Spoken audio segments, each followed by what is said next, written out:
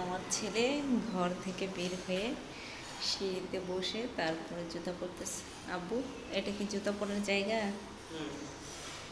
কেন এখানে জুতা পরো কেন? এখানে পরলে কি হয়? আচ্ছা, সিঁড়িতে পরলে জুতা সুবিধা হয়, তাও আবার স্কুলের জুতা।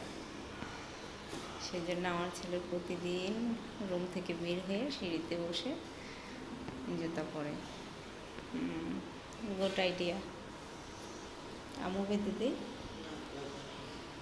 তুমি বাঁধতে পারো? আমার তো মনে হচ্ছে লুজ হচ্ছে। একটু ই করো। যাক, আমার ছেলে বড় হয়ে যাচ্ছে মাশাআল্লাহ, নিজের জুতো নিজে ফিতে বাঁধতে পারে। ভালো, দিদি তো বাঁধতে পারছো? হ্যাঁ, খুব সুন্দর হয়েছে। Very good.